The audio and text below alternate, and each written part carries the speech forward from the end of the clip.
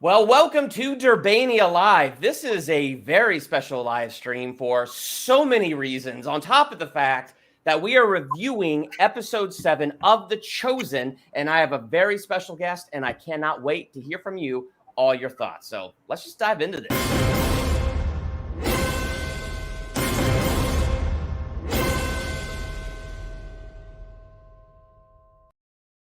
Well, welcome to Durbania. I'm Durban, and pointed the wrong way. Right here next to me is I'm Kristen. This hey, is Kristen. And so, Kristen, this is your first time on Durbania, so welcome. Oh my, thank you. I've heard much about it, mainly from you, but also maybe from me. But just so glad you could be here. And you're here on kind of a historic day, actually. Today, I crossed 10,000 subscribers. Woo!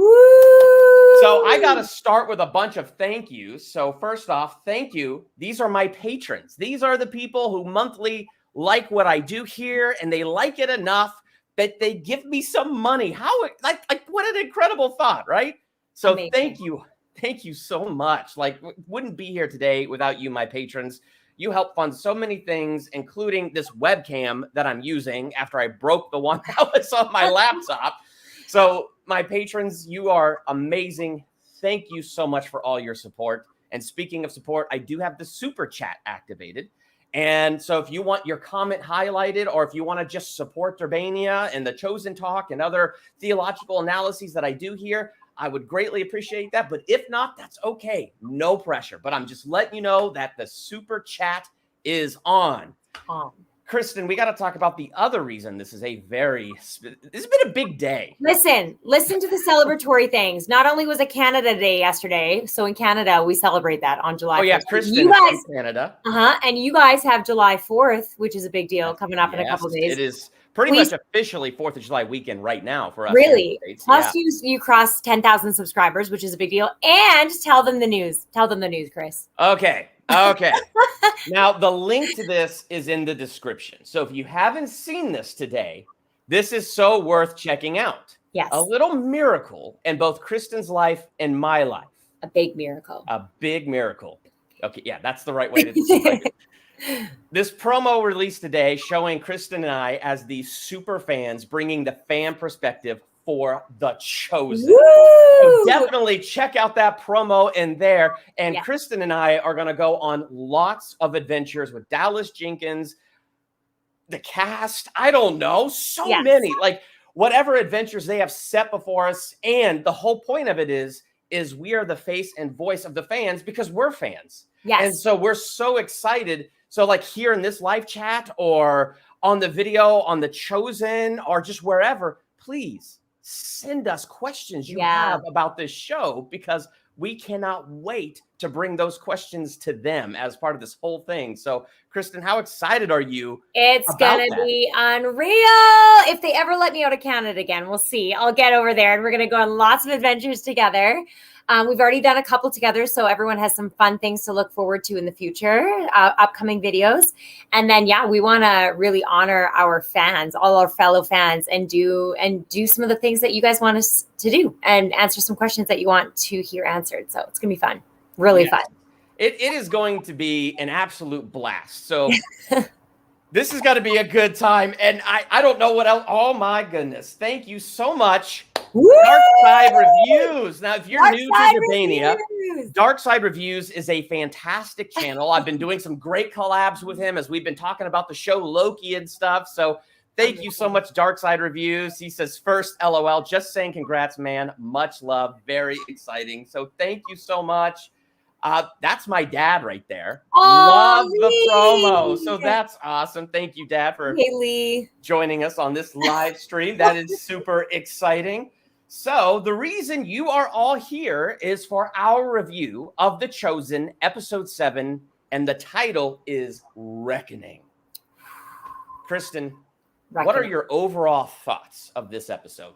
Well, my overall thoughts, there's a lot in my mind about everything with The Chosen right now, but 7 is kind of a cool, it's not one of those episodes where it's like one huge story that's building for one character. It's more a lot of little things, underlying things that are happening. And I really, really Well, one of the reasons I'm so excited about 7 is because it's leading up to 8. And so if you guys know, 8 is going to be the Sermon on the Mount episode, which is super exciting.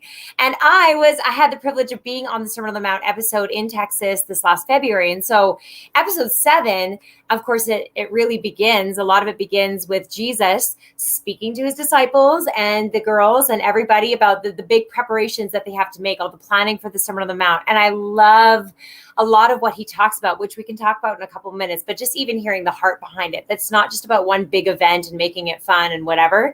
It's about the heart behind it and the truth that's going to come to these people. And so for me, being on the Sermon on the Mount, I'm really excited about that scene and everything that implies. And of course, the end of the episode with Matthew. We got a Frozen Chosen girl, Mimi. Hey, Show girl. him your shirt. Show him your shirt. Check it out. I survived. Sermon on the Mount. We all got one of these shirts when we were there. So it was. And on the back, what does it say, Kristen? Show us the back. Show us the back. Frozen Chosen. That's epic. It was legit the coldest day in Texas in I think a century, something like that. Yeah. So anyway, it was wonderful. And oh my gosh, where was I going with that?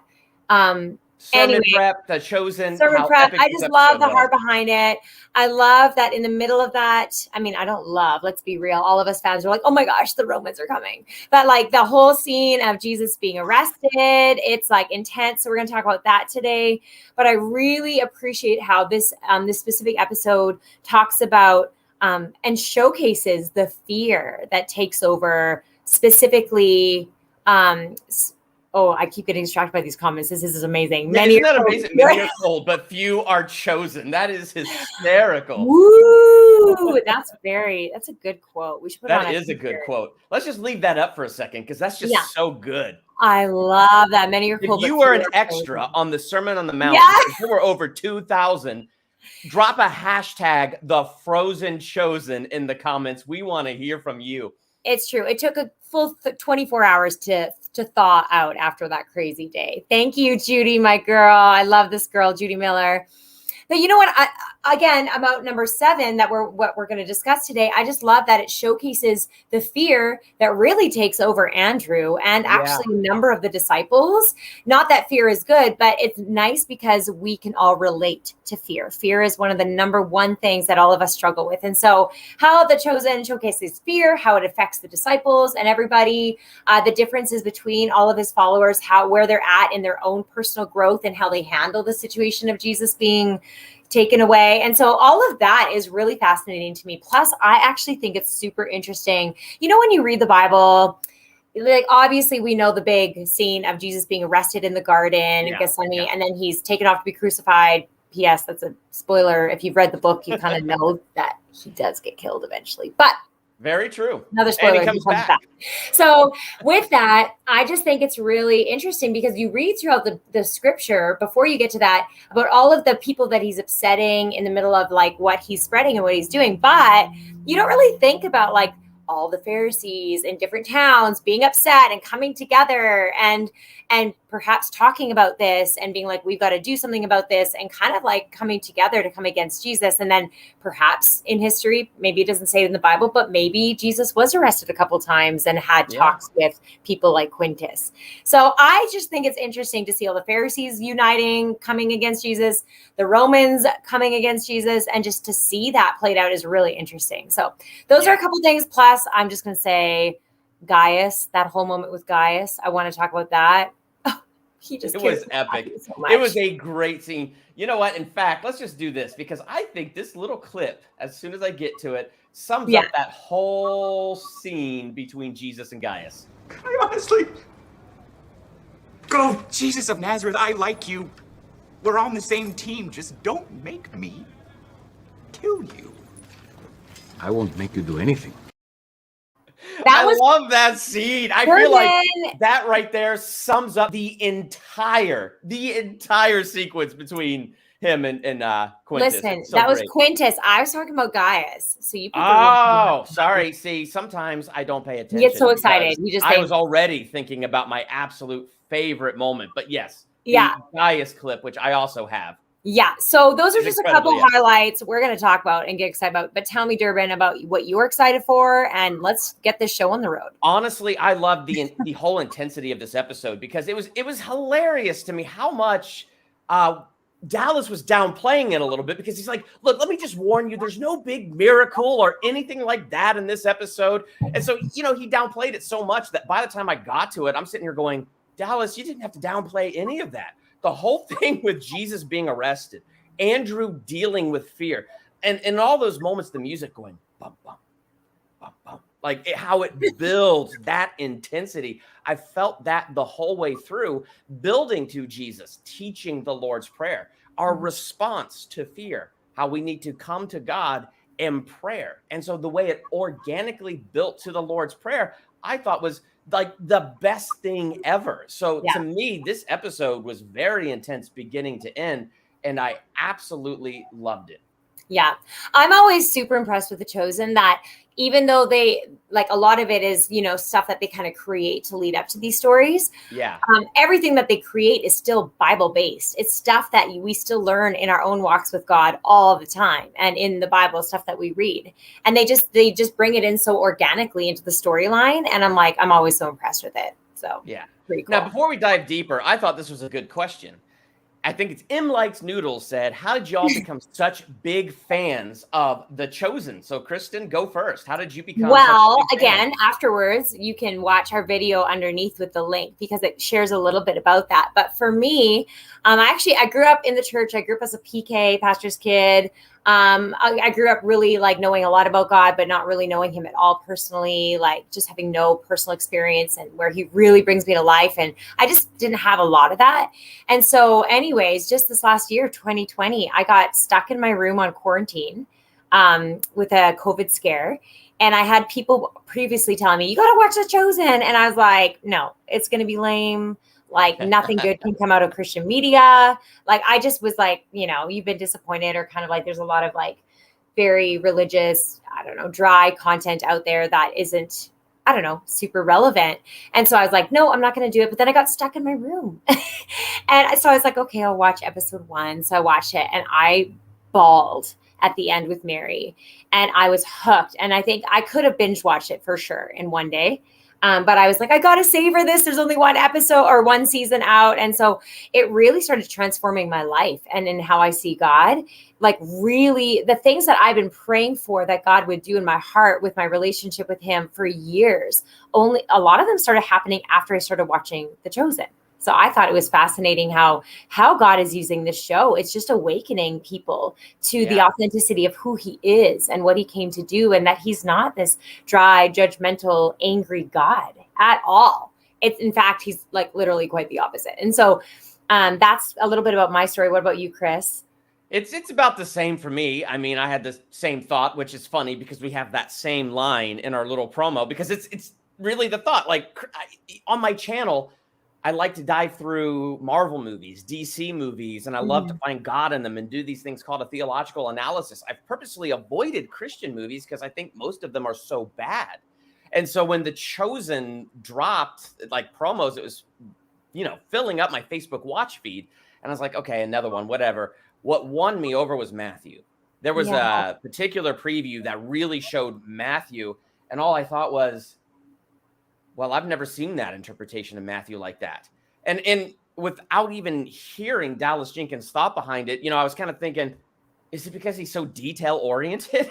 But then like there I was thinking about it and I was like, okay, all right, that's what I'm going to do then. I'm going to check this out. And when that first episode ended, when Jesus walked out and put his hands on both sides of Mary's head and he called out that verse, I seriously don't cry a lot in movies, but when Jesus quoted from Isaiah, what she was trying to quote throughout the first episode, like I couldn't believe it. It didn't preach. This was a Christian thing that did what Narnia did.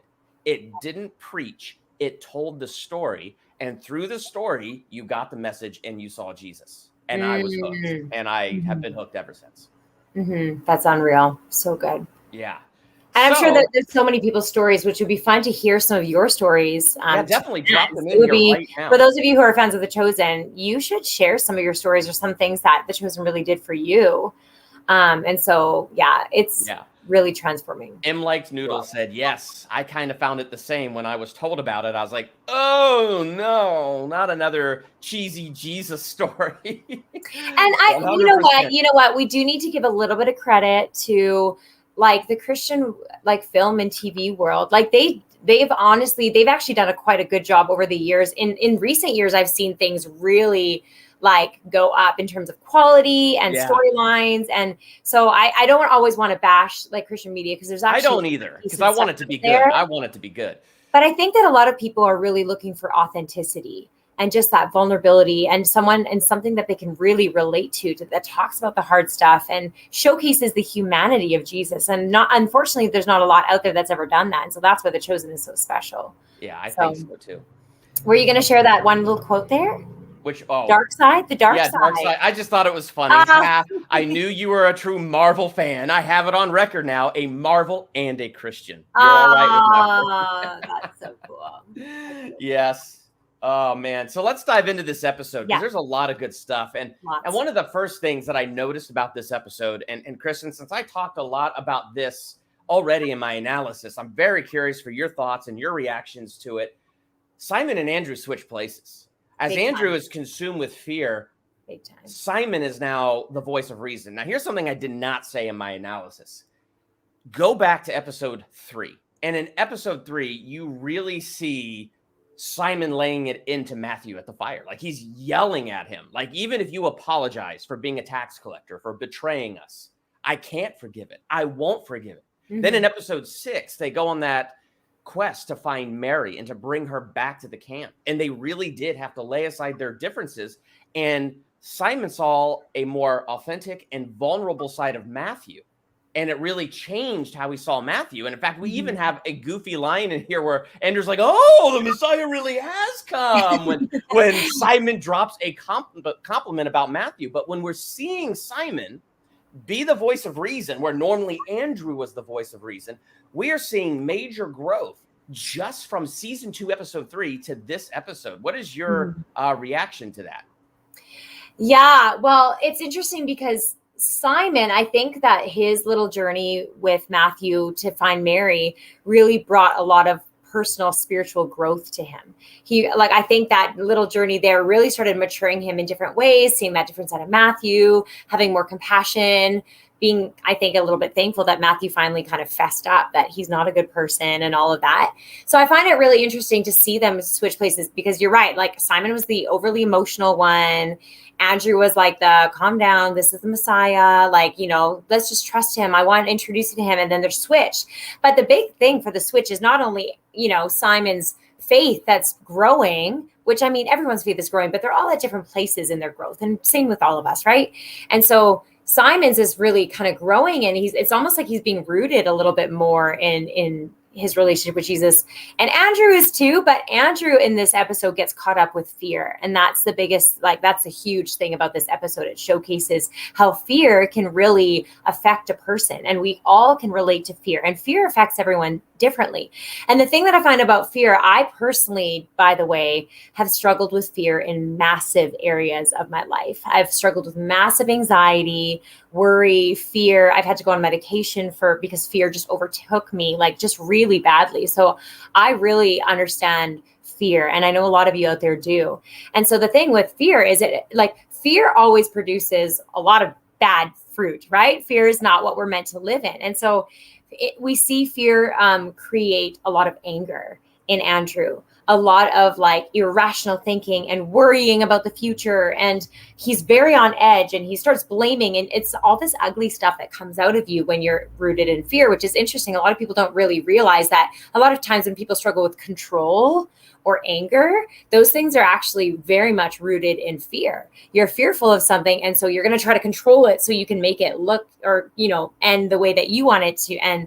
Or you're fearful, and so it comes out in this anger. I know that when I get fearful, I can get very angry very quickly, very controlling, and it just comes out in these ways. And so I find it interesting that Andrew is really obviously very affected by fear. And when you really focus on the things that cause the fear, and you don't keep your focus on Jesus, the one that grounds you, you allow it to be taken. You're just swept away, and in what does the Bible say? like a wave in the sea. You're Yep. just very all by the over waves the in the place. sea. Yeah. And it's just interesting. You see Andrew, like Jesus says, I will be back. He says, I'm coming back. Don't be afraid. Now, Andrew wasn't there for that, but he was told secondhand by the disciples, which you would hope would be good enough to put him at peace. But he's already fearful. And then Jesus gets arrested, and it just makes it way bigger, this explosion. And you see how it's interesting because his fear really starts to affect all the other disciples too. At first, they're kind of calm when he comes, but then they're like, how could you do this? Like, what were you thinking? Like, why didn't you guys protect? Do you not know this is Rome we're dealing with? And they're freaking out.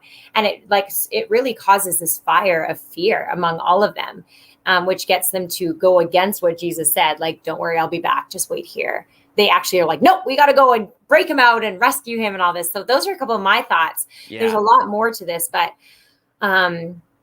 it's also interesting too. Side note, I just want to say this with Mary. Mary just had this relapse, and she was redeemed again. She came to this place of surrender, and so really through that process with any of us, our faith grows so much when we're in those hard places, when we go through those places, when we surrender to God, our faith grows like crazy.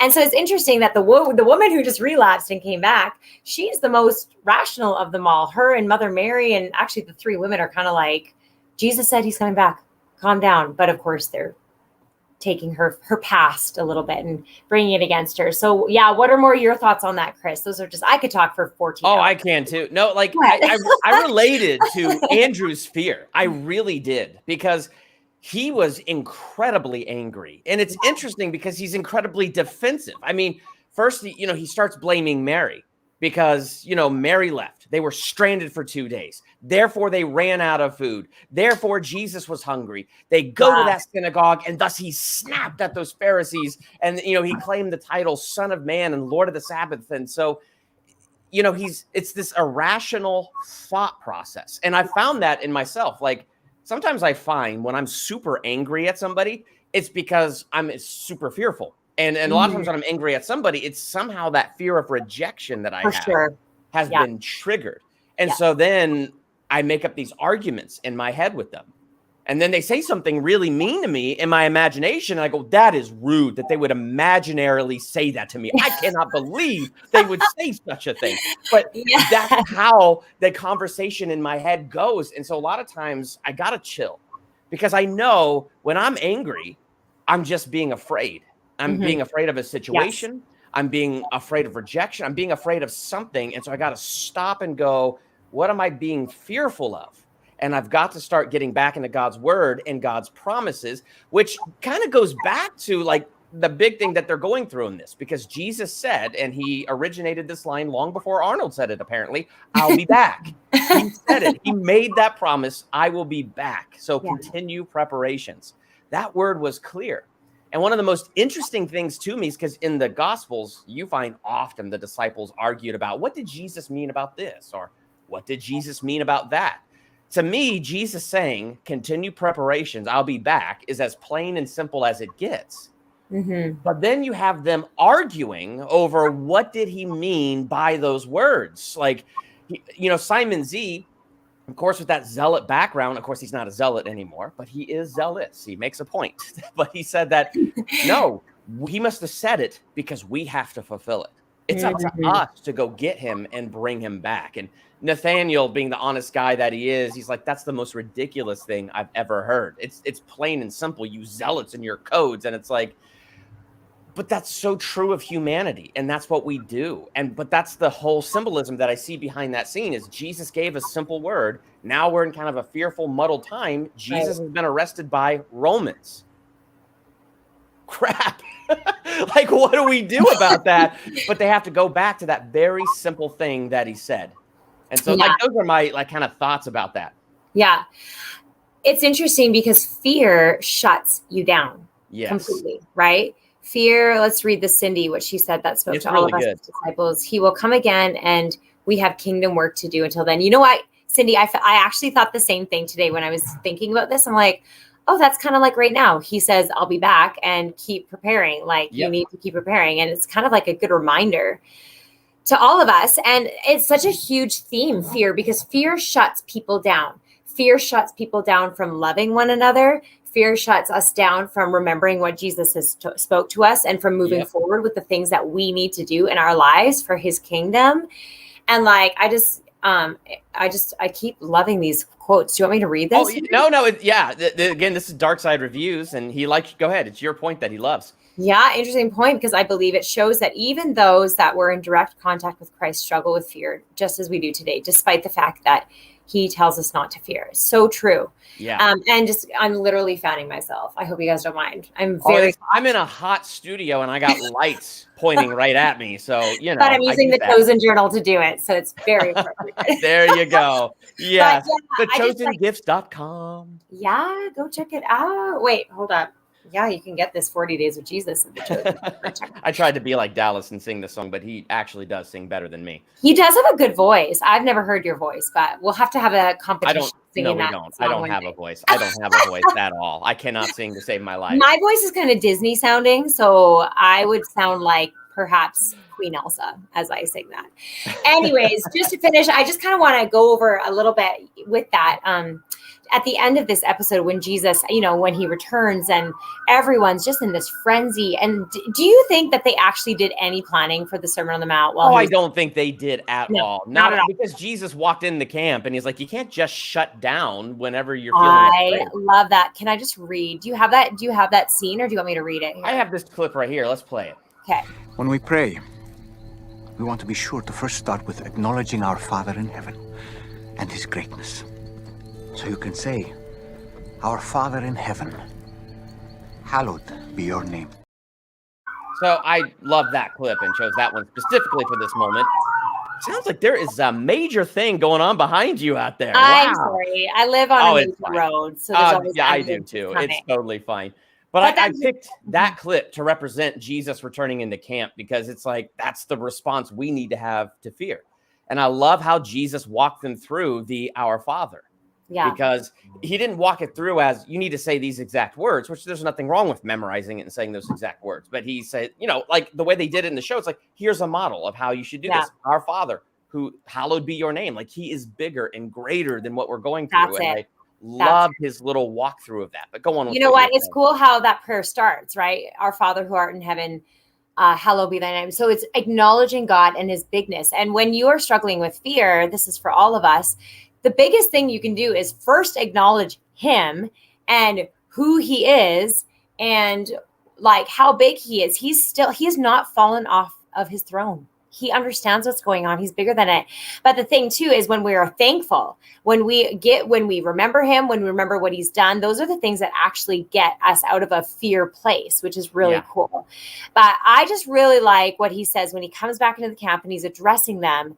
And I love that he said, I'm just going to read this. He says, we're all going to need to learn how to do this, regardless of what's happening, good or bad. Things are only going to get more difficult. You can't just shut down when you're afraid, when you're fearful. And I find that really, really powerful because all of us are in this, even with I would say even in this last season, like with COVID, and there's a lot to be afraid of with a lot of the things that are going on, a lot of the difficulties, but we seriously have to keep our eyes on him and what he said, because if you cling to those things, you will literally come through it with peace. That doesn't make sense. And people are going to see that. And so I love that he's training his disciples here. He's like, finally, you're acting like students. You're asking me like what I'm doing in my private time with God. And so it's just really, really cool. And how he says prayer is the first step in getting the mind and the heart right. That's why you see me go to it so often. Like, I love that line. I'm just going to be real. Can I be authentic with you for a second? I think you should be authentic. I had a really bad day a couple of days ago. I was really angry. I was really struggling with okay stuff and with some fear stuff of my own, a lot of stuff I was struggling with. And I was like, you know what? Okay, I want to, how when you're going through crap, you just kind of want to sit in it and feel sorry for yourself. Yep. That's where I was. But then Jesus reminded me, he's like, come away with me, come hang out with me for a second. And literally I spent about 30 minutes with him and I just worshiped. I put worship on so loud. I was yelling and singing and even though I didn't really know how to deal with the negative emotions, I just decided to say, like, praise God and worship him and really acknowledge him. And in doing that, I literally could feel the anxiety and the fear and the anger, like, seriously start to, like, go away. And so cool. Like, it's just, so that's like Jesus says, that's why I go away to pray so much, is because, like, I got to get my heart and my mind right. Yeah. And every day, you guys, like, we are humans. We're not created to live apart from him. We need him. We need relationship with him. That's what we're created for. And so if we try to do things on our own, we literally will start to, default to that anger and that whatever it is that our default is, we will start to default to that. And so we need regular tune-ups. If you're a mechanic, that can maybe help you. A regular tune-up with Jesus every day. So that's what I loved about Mary's line. So everything that she went through in the last episode where she had a relapse and was brought back to Jesus, one of her big moments that she learned in that episode is she can't live up to it. She can't do this on her own. Yeah. And so that moment where she hugs Jesus is that moment of her ultimate surrender. Yeah. And then in this episode, like, I got to think, because I'm human, and this would be me, I got to think she's still feeling pretty guilty, especially as the disciples in this episode are kind of throwing that back in her face because they're mad. They're emotional. And her hang up caused them to have to wait for 2 days. And now they're upset about that. And so now that they're upset and now that they're fearful, all of that's coming to the front of their mind. And I'm betting you she's struggling a lot. Yeah. Yet she manages to say that she's trusting Jesus's words. She manages to say, he said, I'll be back. We see clearly that she is trusting in that. And then when that scene ends, she kind of takes Mother Mary and they walk away, and it kind of silences the disciples. But that's what I love, because you're really seeing that amazing character growth. She had a major problem, which brought her through a major character arc.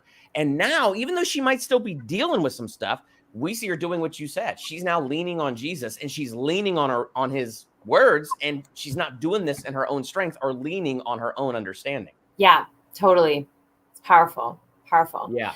I feel like we should transition to Quintus and the Romans. How do you feel? Well, first, why don't we do Gaius in the Romans? Why don't we go ahead and dive there? Because first off, let's build some tension. You ready to build some tension? Let's build some tension. Andrew, my little brother whom I love very much. What? I need you to take a very long, deep breath.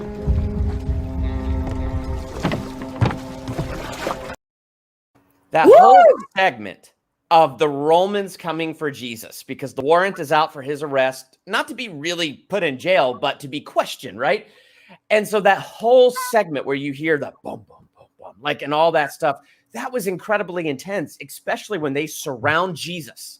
And you have Big James and John, their hands are on their hilts. And Jesus those sons of thunder. Oh, those sons of thunder. And Jesus is like, stop.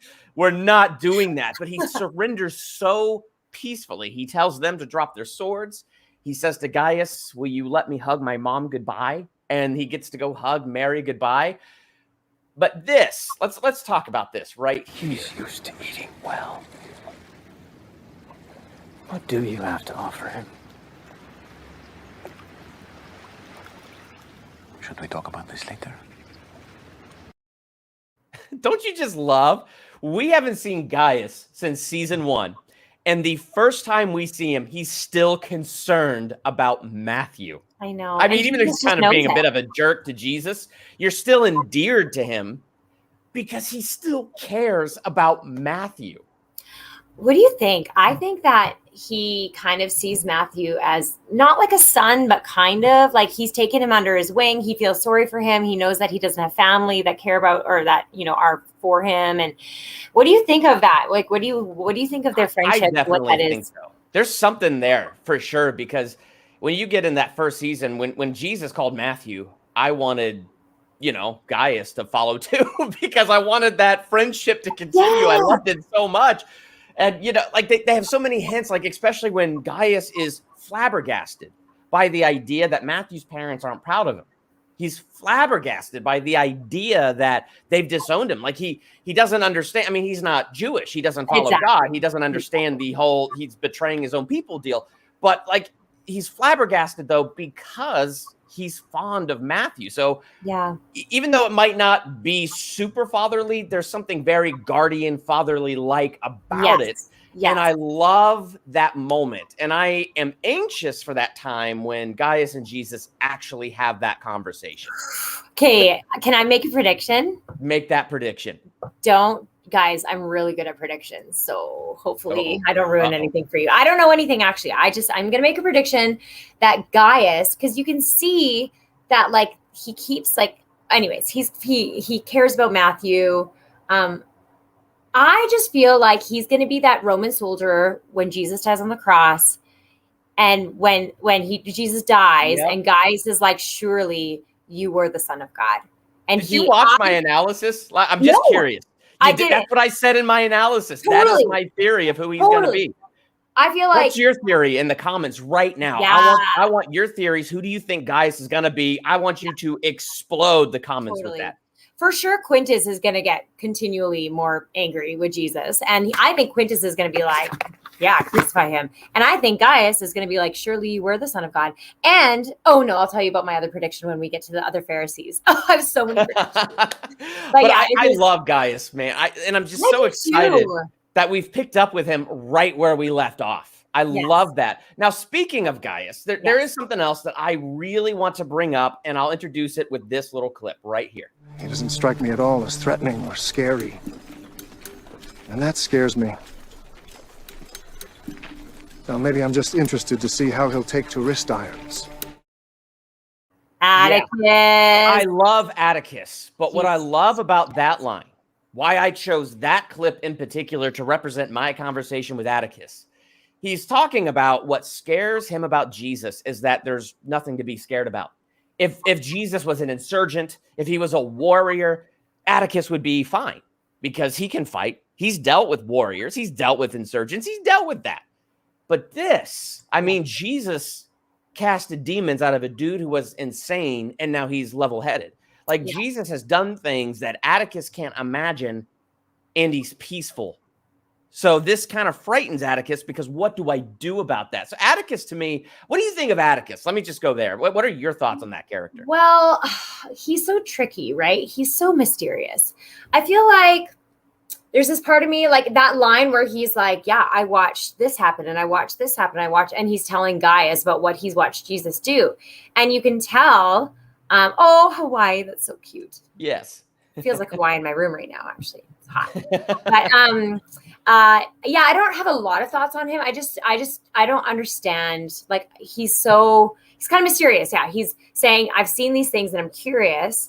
I think that he will, in terms of, do I think that he's going to actually be someone who maybe surrenders to Jesus? Maybe not. I feel like he's so intrigued. He's going to keep following him and he's going to stay, in cahoots with the Romans. And to be honest, I don't have a lot of thoughts on him because I just don't know. But he is mysterious for sure. Yeah, he is very mysterious. Atticus intrigues me. I think we will see a lot more of him, which indicates there will be some character development. There's definitely going to be. But what I like about it is, where are they going to develop it to? This dude is incredible. Yeah. And I never even heard of this like detective kind of undercover role that he plays before.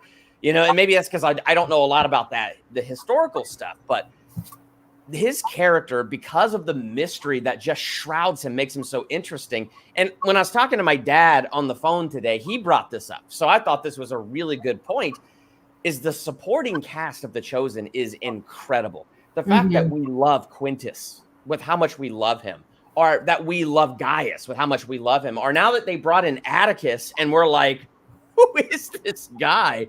Like this supporting cast that they have put around the disciples, which already are very unique and a lot of interesting character traits there.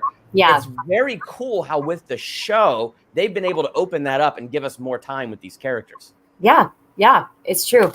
Yeah, the character development is genius. The writers are incredible for this show. I'm constantly amazed.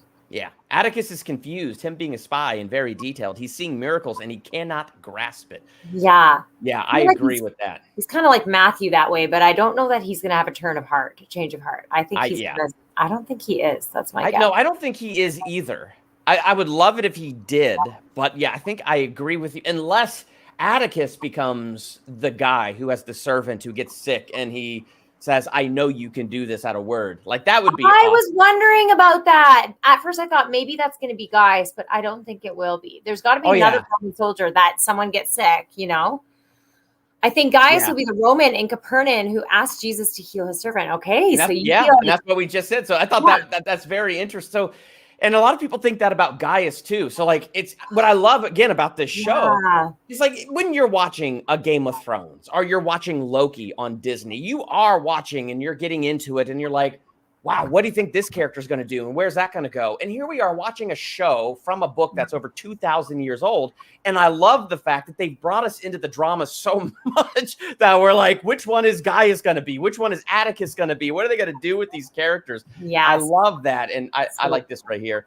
2B16P said they balance all the characters well too. Everyone got to do a little bit in the story.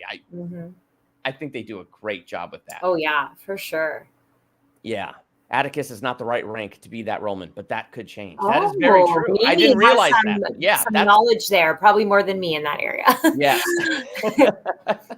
So the whole thing with the Romans was fantastic. Yeah, it was. Yeah, I love the and then it continues because when everybody's fighting under the tent and the disciples are arguing over his words, what I love about it is the musical score. Like the musical score to this show is so amazing. And so when you have the Romans coming in, part of what makes it so intense is the bum, bum, bum, bum. Yeah. But then even when everybody's arguing, part of the score is this heartbeat. And so you hear this bum, bum, bum, bum, like just constantly in the background. And I remember the first time I was watching it, I think my palms were getting sweaty as they're going through that dialogue. So, I mean, did you get feelings like that at all, Kristen, while you were watching? No, not really. I think I'm pretty...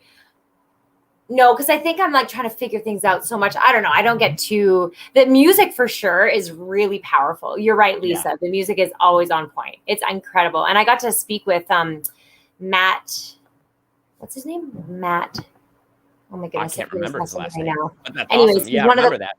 Yeah, Matt Nelson. He's one of the composers for the music in The Chosen. And yeah, he just talks about how there's a different musical score for each of the different characters, which is why with Atticus, you hear that. Doo, doo, doo. It's like kind of a funny little like music. And then anyways, I'm not answering your question at all. I find the music fascinating. I don't really get scared in it for sure. With the demonic scared, it's just I felt the tension. Like I could feel it. Yeah. The music adds so much to it. It's really on point for sure. Yeah. Now, when Jesus was being arrested, what did you think when you saw this?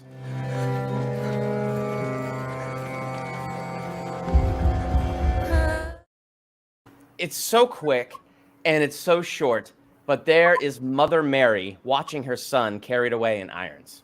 Totally. Well, I'm going to let you talk more about this because I know what you think about this, but I personally didn't think much of it. I was just like, oh, she's so sad that her son's going away. She feels sick. She's so sad about it. That's as far as I got. But you have a much deeper I'm a nerd, okay? I'm a nerd. And when I watched the scene, this comes to me in two parts. I kid you not. This is how I thought when I was watching this scene. So I grabbed these Bible verses. So if you look at Luke 2:19, it says, but Mary treasured up all these things and pondered them in her heart. The context of that first verse, the shepherds come in, they talk about the angels, the pronouncement, all of that stuff. They're running off and telling everybody about what they've seen. Yeah. And Mary took all of those things and she treasured them up in her heart. But then Jesus is old enough to go be circumcised, given his name. They take him to the temple. And there you have this guy named Simeon. And he's like a prophet. And he sees baby Jesus. And when he sees baby Jesus, he's so happy that he's seen the Messiah. And he says things like this. He says, this child is destined to cause the falling and rising of many in Israel, and to be a sign that will be spoken against, so that the thoughts of many hearts will be revealed. And then turning to Mary, he says, and a sword will pierce your own soul.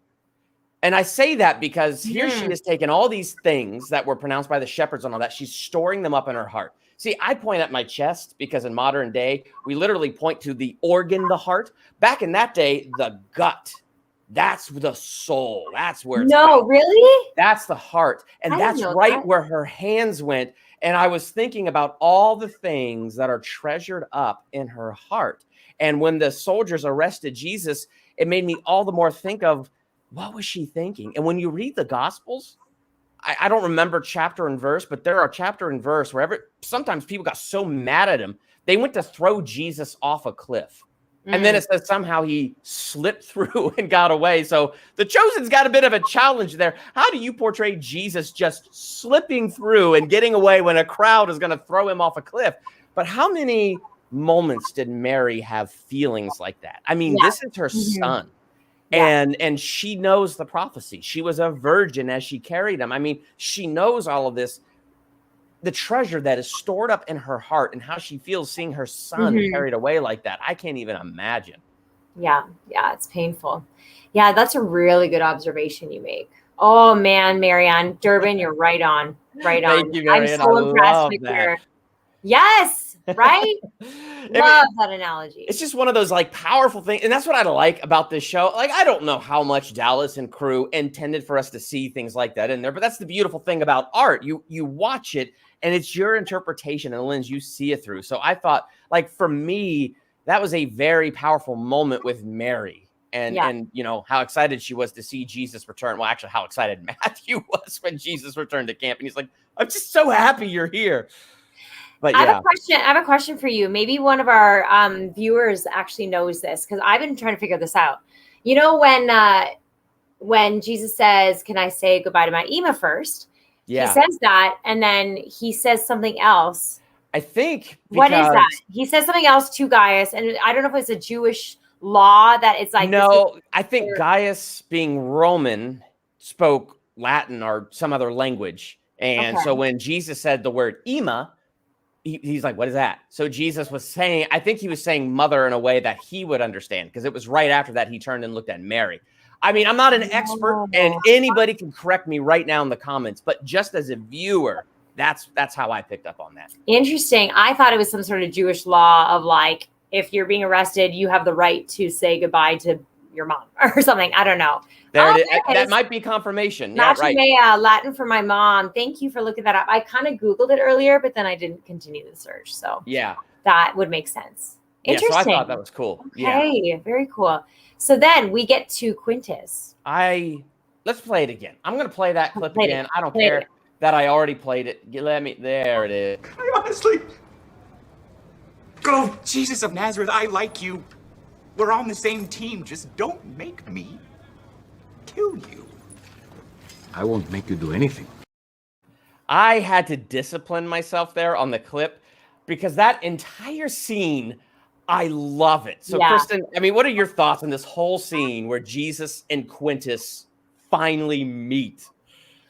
Yeah, it's a different, it's just such a different confrontation than you would think. It's kind of funny. Like, Quintus is kind of a funny dude, hey? Like, he's just kind of quirky and his laugh is kind of funny. And you're like, like not as serious as you would. It's not as serious of a confrontation as we would have thought it would have been, for sure, for me anyhow. And just his analogy with the fish and bones was very interesting. Like, he's obviously a very intelligent person with that analogy and how he goes through it. And he's obviously annoyed with Jesus that he's like kind of getting in his way, taking away his most intelligent people.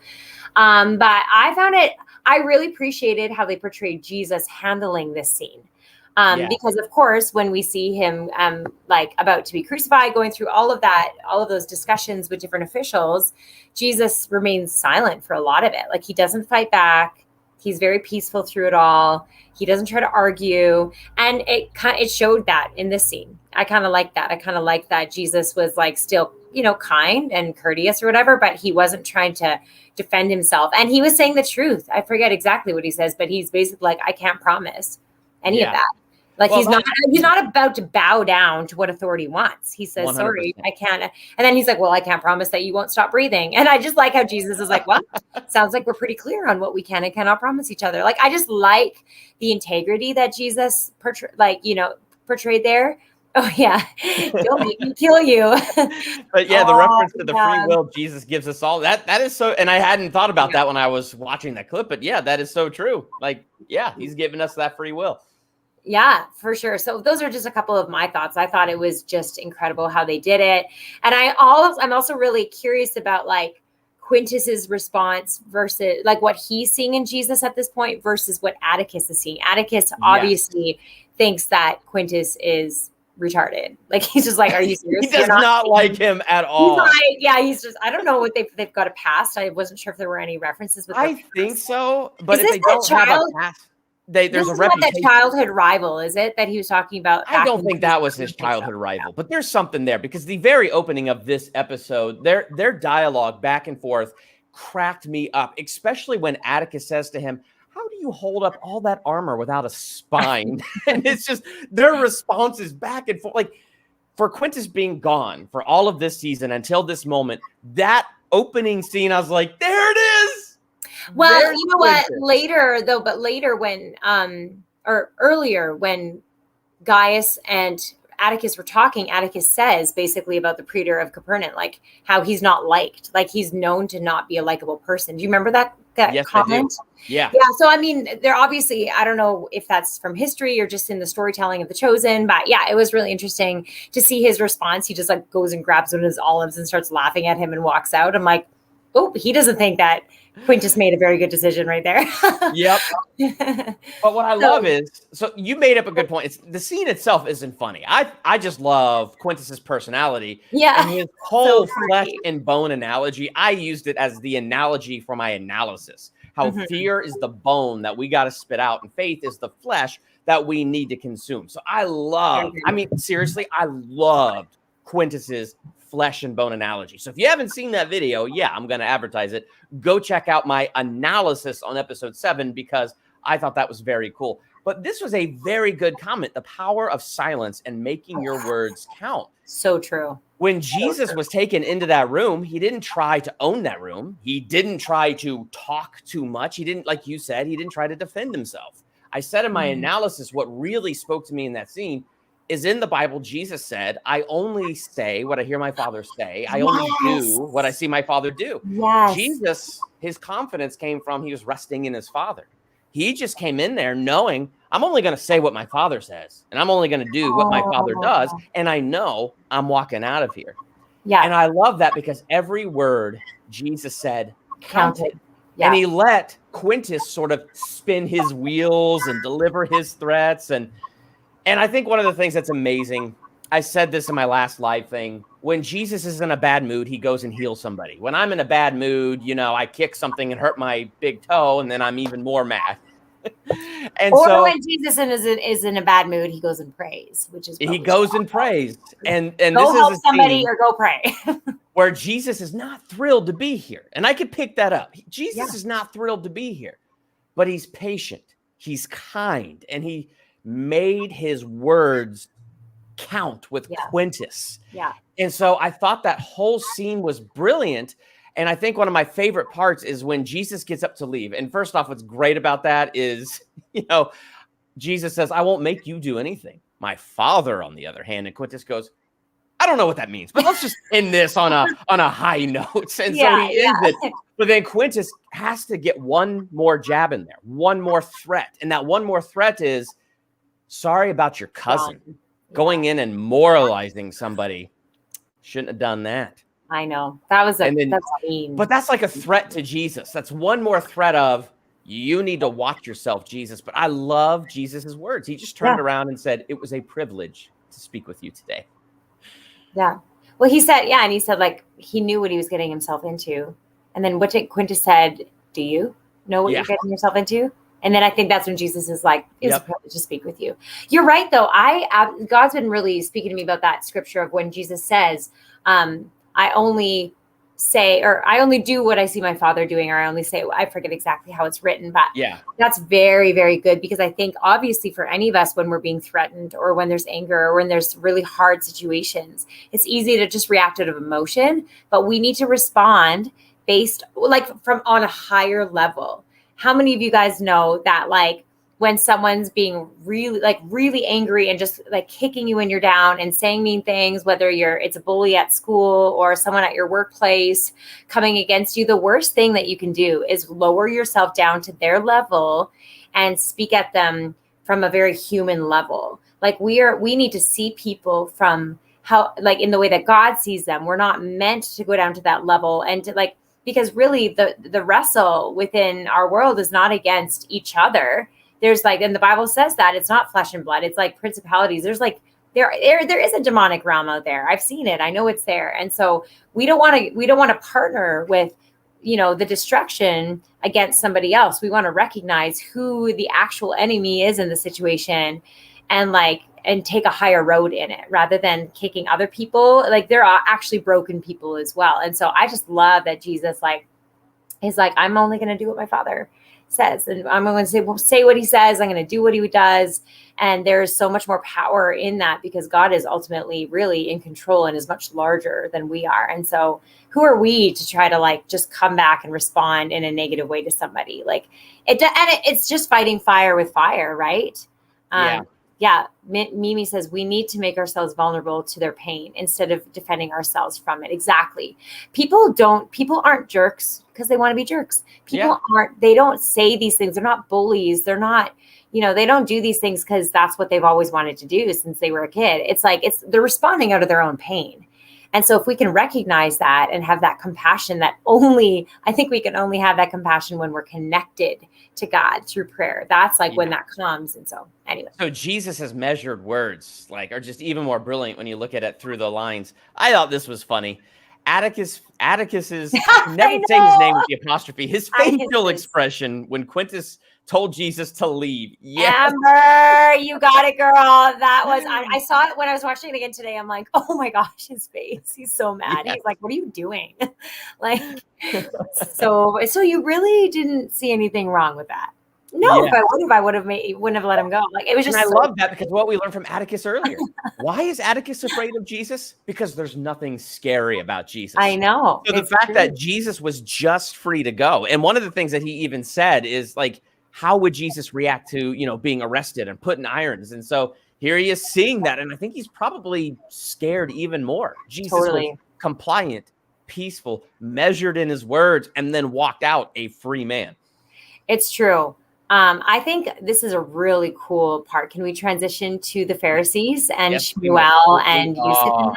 Yes, we can. You guys, I feel like it's so fascinating watching all the Pharisees through all of these episodes and how Shmuel, he's obviously very intelligent. He knows the Torah. He knows the Bible.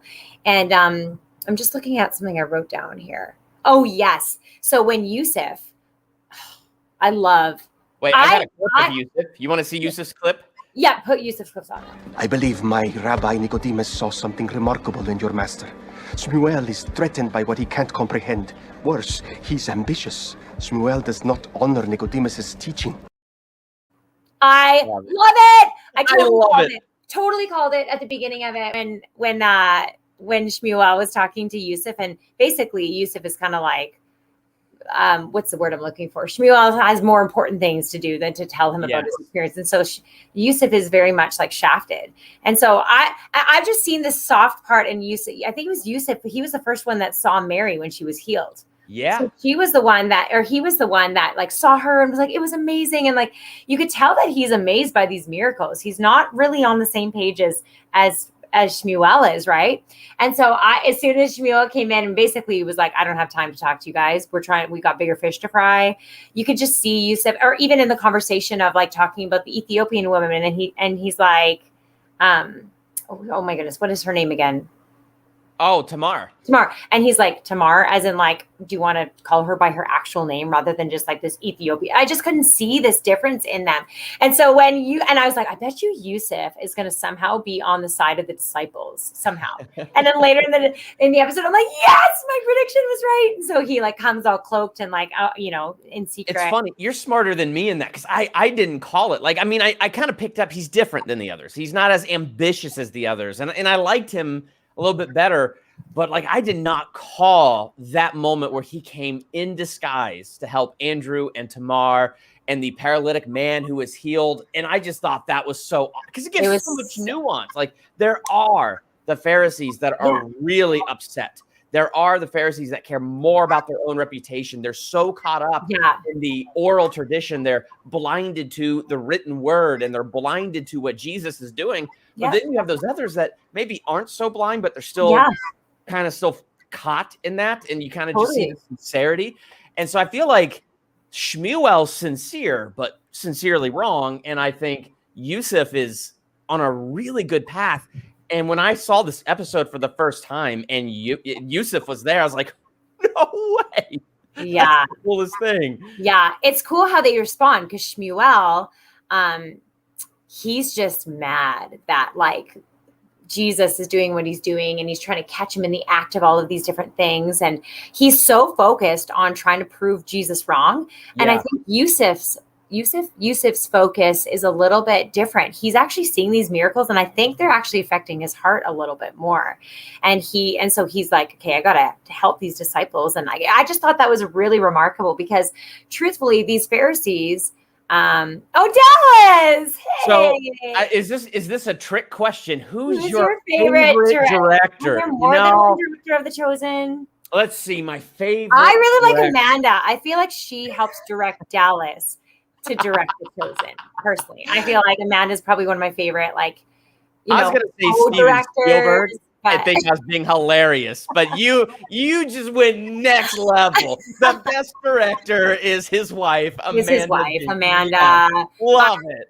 But my answer to this is not really fair because I don't even watch TV, so I don't really know. Oh, there you go, Dallas. Amanda's like, yeah, Dallas has confirmed the best director. So funny. Yeah. Does the best director want to come in and help finish this review? Just tossing that out there. I mean, you could join if you want. But I'm just saying.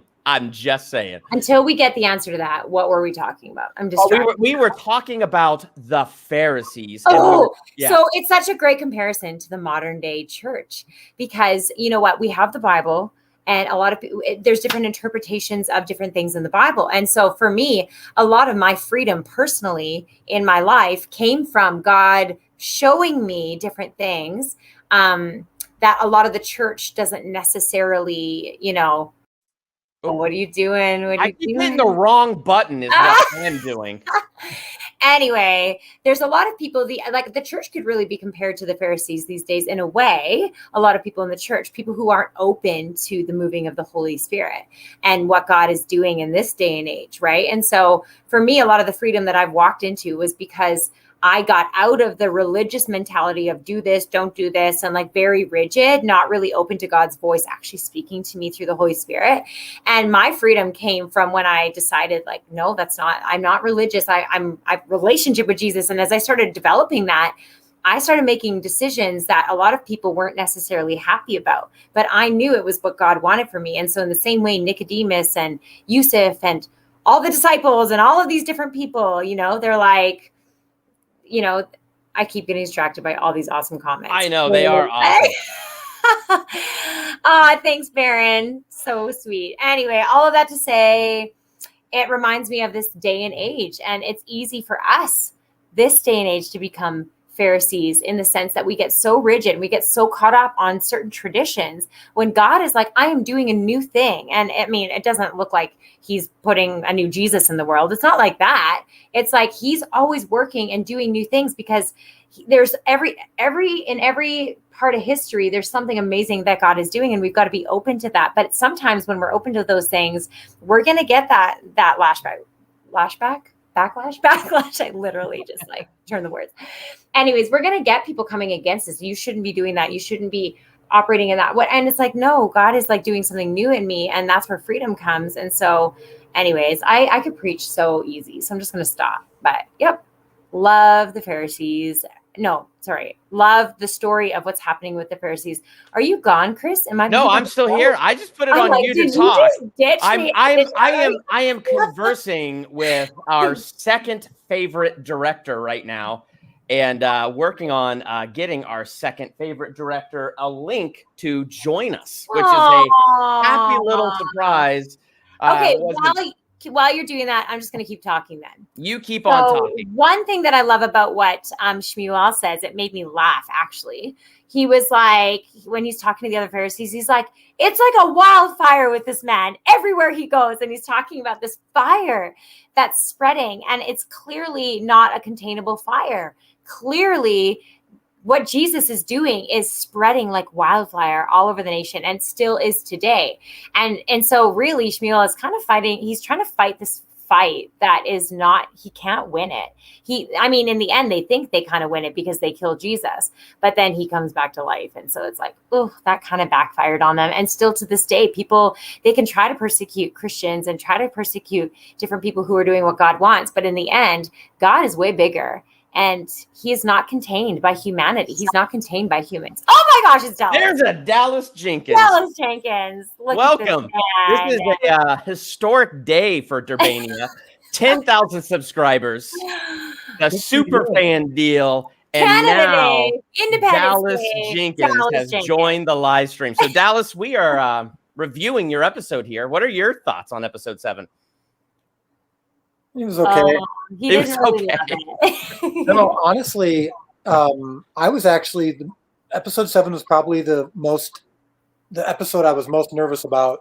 I don't get nervous, but the most concerned that viewers wouldn't like as much because it's the least emotional, it's the least Bible centric of the season. So I think episode 7 and episode 2 were the 2 episodes I was more concerned about, and they actually seemed to get a lot more intense positivity than I expected. So it was really cool to see. But episode 8 is when it really, like, everything. Oh my gosh. If you like 7, you'll like 8.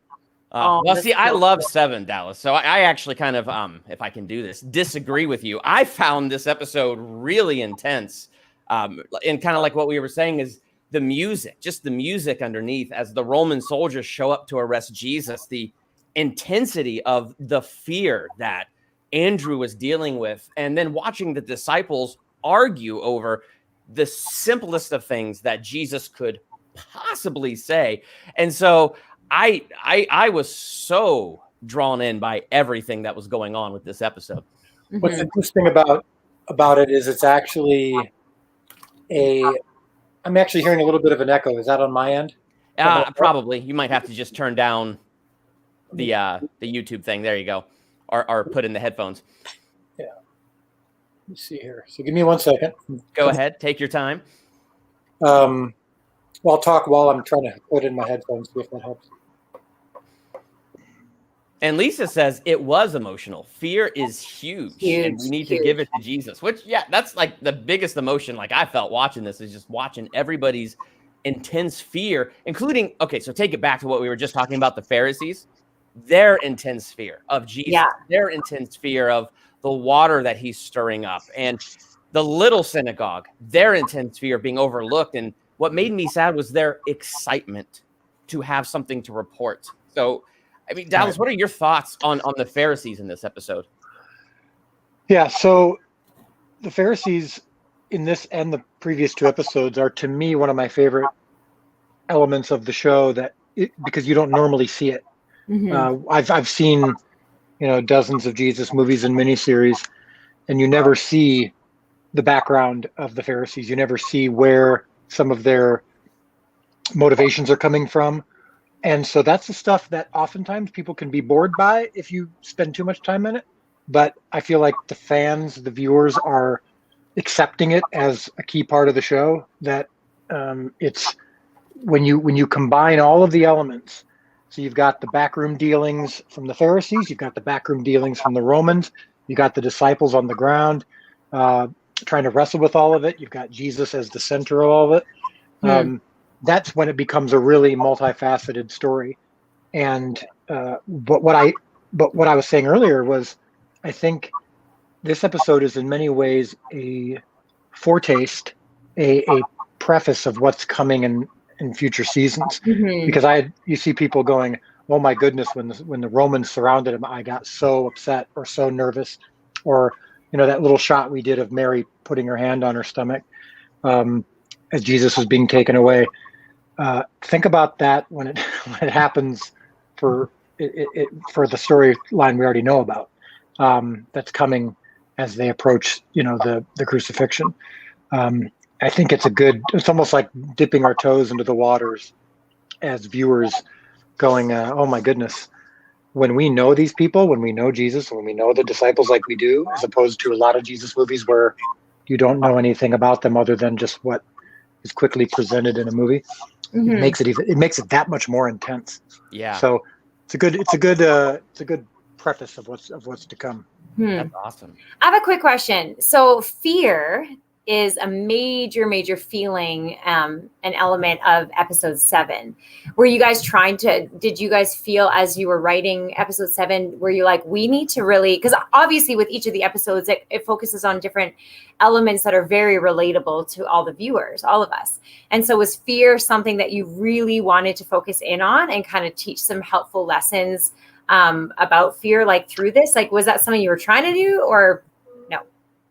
It's a really good question. Then I just saw this comment, crucifixion. Comment is pretty hilarious. I actually thought when I was saying it, I was like thinking of like, I'm like, we're a real show now, we shouldn't give spoilers. And then I was like, I think they know the crucifixion. Yeah, possibly. That's a really good question. And I would say that we don't tend to think of episodes in terms of lessons about particular concepts. We do think about principles and lessons not in an educational sense. We're not sitting there thinking we need to teach people about how to respond to fear. We think of it in terms of character. What is Andrew going to feel when he's been so faithful and so eager to please and so upbeat, kind of tends to be the cheerleader of the group when things are going pretty well. Well, now the guy that he followed originally, John the Baptist, gets arrested at the same time that Jesus is causing even more trouble than John is. How is Andrew going to react to that? That's going to really put him to the test. And he fails the test. I think we can all agree on that in episode 7. And he gives in to fear.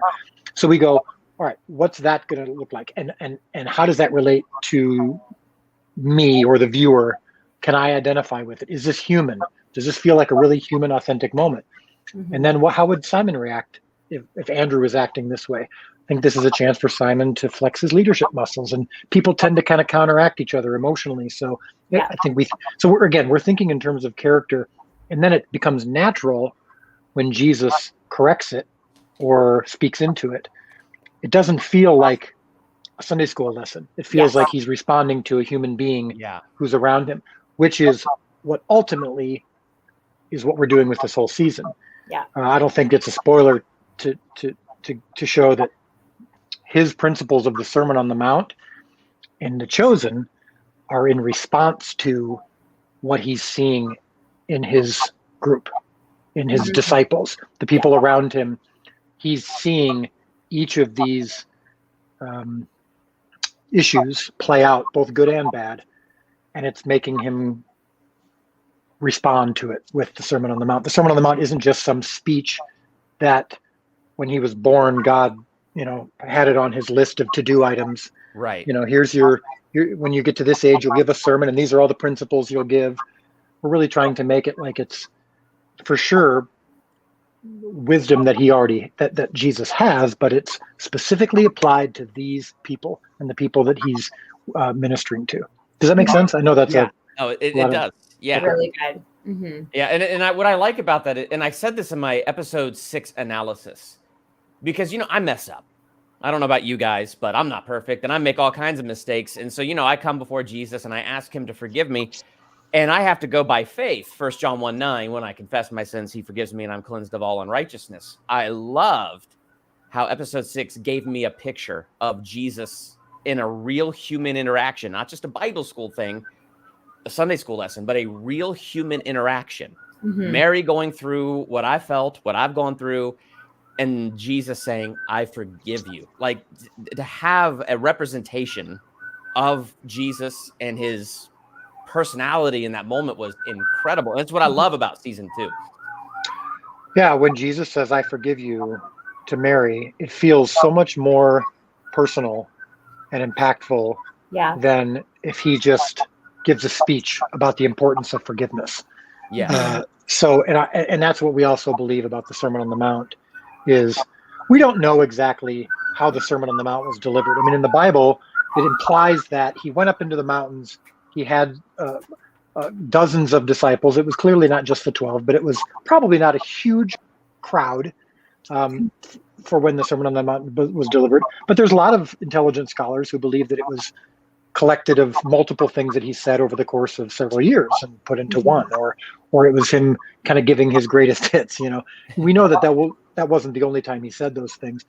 So we're portraying it in this season as a big speech to thousands of people that are starting to that they're gearing up for. But it is always about the personal. In fact, Jesus said that in episode 7. Yeah. What's important is each person who will be there. And what was it about John's sermons that were so effective? Philip says he made it personal, and so that's our operating principle with The Chosen. We always start with the personal, the intimate. Jesus is responding to that person's individual needs, and it looks different for each person. With Nicodemus, when Nicodemus was treating him like an earthly king and got down on his knees to worship him, Jesus was like, no, I don't want that from you. I want your heart. And but yet there will be other people who, when they do that, that's exactly what Jesus wants from them. So we're really trying to make it as personal as possible. Mm-hmm. Yeah. I would just like to say, on behalf of the women that I work with, so I work at a recovery center for women coming out of addiction here in Edmonton, Alberta, Canada, in case you don't know where that is. And so these women, I've actually brought them through all of The Chosen for the last number of months. And these women are women who also, many of them have experienced, the grace or the forgiveness of God, and then they've relapsed, or they've gone through their own struggles, or many of them are just getting to know Jesus now. And so The Chosen has been a really cool, with 5 and 6, just watching that with them the other day in class. I actually watched with them, with a counselor, with all the women. And we just watched, because obviously it really talks about addiction and relapse and struggling and falling back into old behaviors. And it was just so cool to sit in this room, and we were all weeping together, and just to see how Jesus responded to Mary was really powerful, because a lot of our girls come just like the rest of our world, whether we've got a negative Hollywood view of God, of how he is, or just our own negative experiences through religion or different things growing up. The women are just like, not just the women, all of us are being transformed by seeing this authentic portrayal of Jesus as someone who actually forgives and loves and isn't judgmental and angry and just coming down on you for making a mistake. And so I'm excited to see the Sermon on the Mount, and just to see how The Chosen portrays thousands of people watching and experiencing these words of truth that Jesus is speaking. It's just so cool to be a part of obviously each of us are really experiencing Jesus through The Chosen, but it's cool to be with these women too, and having them experience, and watching people who have passed with addiction and really big issues really experience the forgiveness of Jesus. And so anyway, really. Yeah. Did you show them the video that we did with the conversation with Ryan and Liz this morning? This morning I actually went in and I led a devotion, and I showed them that, and we had a discussion about that afterwards, and they were so moved by it. Really. Well, I think it's important for viewers to hear, particularly from someone like Ryan, who's the head writer of the show, talk about how for 2 years he didn't take a sober breath. He literally would wake up, dry heaves that he had room for it, and would guzzle alcohol, and that he did this for 2 years. I think that's really important for people to know, that the show about Jesus that is currently growing around the world is that one of its writers has that kind of a struggle, and that people can identify with that. So we really try to pull back the curtain on authenticity. But again, just to speak to the Sermon on the Mount, coming up in episode 8, I definitely don't want to give spoilers, but don't be too upset if you don't actually get to see the part of Jesus talking to 5,000 people at once. That'll come eventually. It just might not come in this episode, because what we're really trying to focus on, and this is what we'll focus on in upcoming episodes as well, because this sermon goes beyond just one episode, is the personal. It is all about the personal. And what he's saying is, when he's working on the sermon, when he's writing it, when he's putting it together, which I know for some people is a horrifying thought, but when he's putting together the sermon, it really is about, when he says, "Blessed are the meek," he's thinking of someone who's meek. "Blessed are the poor in spirit," he's thinking of someone who's poor in spirit. In the sermon, we're working on season 3 now, and some of the sermon will be delivered in season 3. Mhm. And when he's talking about, if you have a problem with a brother, if you have a brother sinned against you, or you've sinned against a brother and you need to give forgiveness, you need to go get that right before you make your sacrifice at the altar.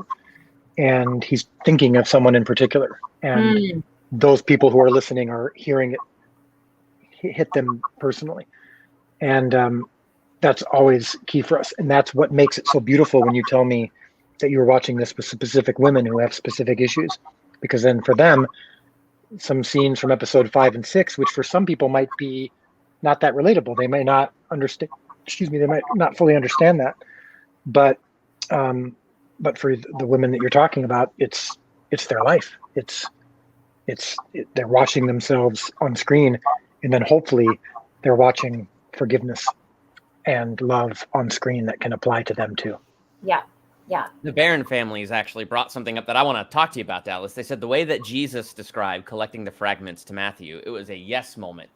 When he comes into the tent and wakes up Matthew, I had a light bulb moment, because, somehow 10 seconds of sermon prep in episode 5 broke the internet. But this is my thinking. You wrote the show, and you've already talked a lot about this, but I'm just curious what you think of this heading into the next episode. Because here's my thoughts, my theory on it. It's like, okay, maybe people aren't happy with the fact Jesus was preparing a sermon, because isn't he fully God, fully man? Wouldn't God just give it to him? But maybe for the purpose of this show, he preps for the sermon so that he works with Matthew and the whole thing gets written down. Without spoilers, I mean, like, am I on track? Well, I will say that it's not a coincidence that the book of the Gospels that the Sermon on the Mount is recorded in was written by the guy who Jesus pulls out of the tent and says, "Let's get this stuff down." And Matthew's like, bringing his writing materials. So obviously that's not a coincidence.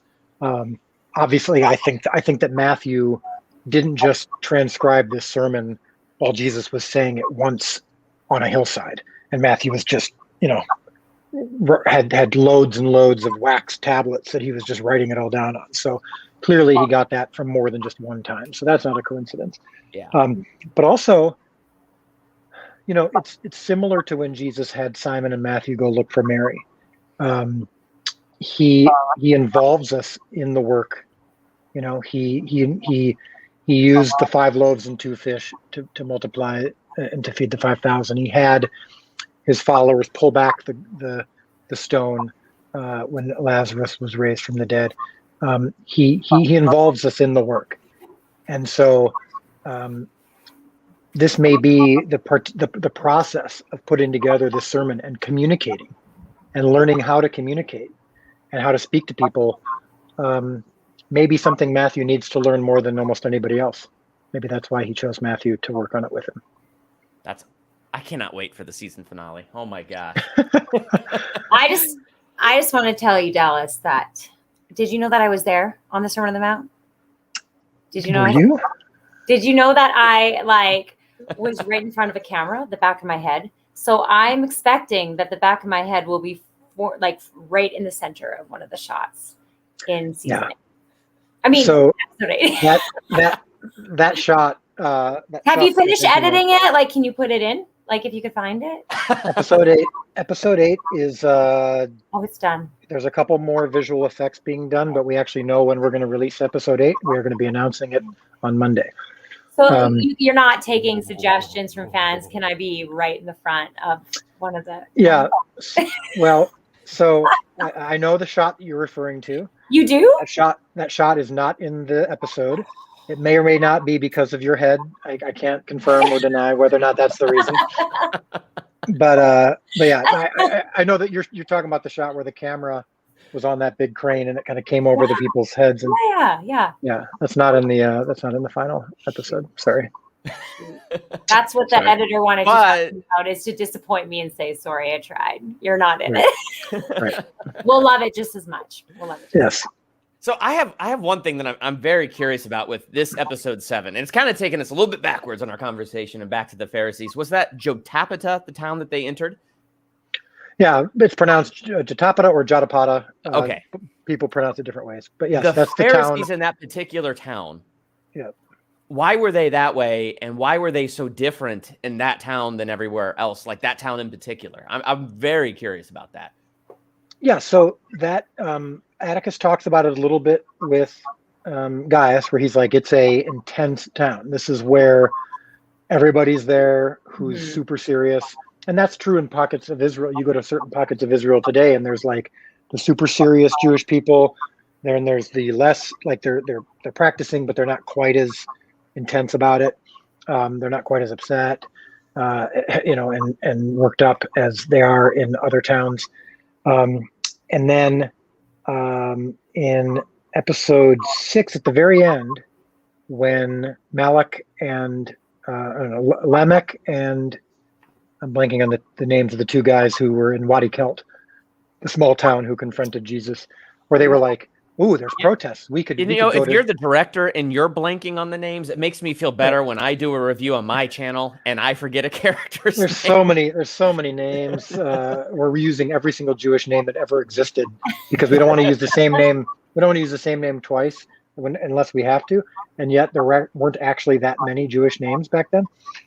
So it is hard to keep track sometimes. But the two Pharisees who I love those actors. They talked about it. They were like, there's protests. We could go to Jotapata and find people of import there. It's just one of those towns. It's like any town, when you look at America, for example, there are certain towns that are really known for this particular thing. And there's towns where there's a particular heavy ethnic, there's Chinatown, or there's, this town is heavily Hispanic, or this town is heavily Asian. This town is heavily Black. This town is heavily Mormon. There's that. It was like that back then too. So that was just a super, super intense place. And so that's why Atticus was like saying to Gaius, maybe you should go around that place. Yeah. If you're a Roman, let's not make things go crazy just yet, because Atticus is always pragmatic. He's always trying to be as efficient as possible. He's not trying to start a war. He's trying to keep one from happening. This is a good question for you, Dallas. Falcon B, they're one of my followers that's followed me for quite some time, and wants to know, what is your favorite episode of season 2? Number 3. His own. I like 3, not just because it's the one that I wrote, but because some of the things that we did in that episode, I wasn't thinking of when I wrote it. I mean, I wasn't thinking of opening it with a 15-minute shot. That certainly, that I have a lot of really warm feelings about that, because that was so hard to do, and how God helped us pull that off was really cool. I think episode 4 is really, I think it's I think I said this in my own analysis of it. I think it's the best piece of art that we've done yet on the show. And I can say that without arrogance, because that was more a team effort than any episode we've ever. I mean, every department was just so strong, down to the makeup. I didn't mean to say down to, including the makeup department, who are oftentimes unsung heroes, because unless they're doing something really weird, you're not noticing much. But in that episode, showing the progression of the characters and their aging and all of that was just done so well. The music, I think, is awesome. I mean, there was so much work went into that episode, and the visual effects department, everything. So that's the most rewarding episode. But I tend to like episodes like episode 3, because I like dialogue. I just like people talking about Jesus. That tends to be my favorites. But episode 8's a lot of fun. Episode 8's a lot of fun. A lot of interesting things happening in the season finale. I can't wait for the season finale and to get into all the stuff that you got there. I think. Did you have any predictions? Do I have any predictions or thoughts? I don't know, Dallas. There's so many things that have got to happen. I mean, is this the season that we're finally going to meet Judas we haven't seen Judas at all yet. So like, is this the episode where we're going to get Judas? So like, I'm wondering that, like, is it finally going to happen? And then how are you going to portray Judas? I mean, my goodness. Like, so I have that whole thought process going through my head. I mean, that's a great season finale thing to do. That would be. Yeah. Judas from day one, when we've had our sheets up on the wall and figuring out what stories we're going to tell and how we're going to tell them, the Judas thing has vexed us all along. And when we think about, and the writers are coming to my house next week, and as we plot out, dive in, kind of trying to wrap up season 3 and whatnot, and addressing the Judas issue remains a constant issue, just because it's like it's something that the viewers are constantly thinking about. So that's one of those things where no matter what you do, it's going to be wrong for some people, it's going to be right for some people, it's going to be different. It's not what they expect. It's going to be interesting for sure. I think that's a good little thought right there. Mimi thinks that he's in the crowd for the sermon, but not identified yet. Yeah, which could be a possibility. I don't think Dallas is going to give us much, though, is he? Yeah, no, I'm not. But it could be a possibility. It is really interesting to see people question if like Atticus is Judas or if Atticus is Paul, or when people start to, because we did the name change with Lilith to Mary, so I think they think that some people might be certain other characters. It's been interesting. There's this part of me that wants Shmuel to be Paul.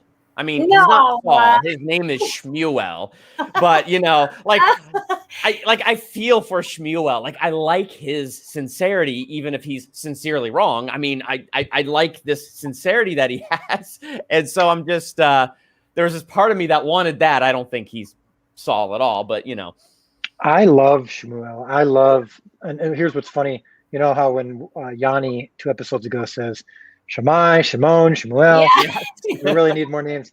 Well, Shmuel is played by Shan Sharma. That is his real life name. Shan Sharma plays Shmuel. He's such a great actor, and he's one of my top, 5 or 6 favorite characters, because I think he's right about a lot of things. Like, I think he's really got some really good points to make. So we've got a lot of good plans for him. Giving a shout out to Snipe Life. Excited to have them in our comments. Snipe Life here? Yeah, the Snipe Life is here, right here. Boom. Can't wait to love Judas, even knowing what he's going to do. I expect it to be amazing. Thank you, Snipe Life, for joining. I have to tell you, I crashed one of Snipe Life's live chats as well. Oh, I saw that. That was a lot of fun. And, I was like, that's cool. I need to figure out how to get Dallas to crash mine. And now, what happens is I go on YouTube, just in general, just looking for something, or to check something. It'll YouTube, how it shows what's happening in the moment that you might be interested in.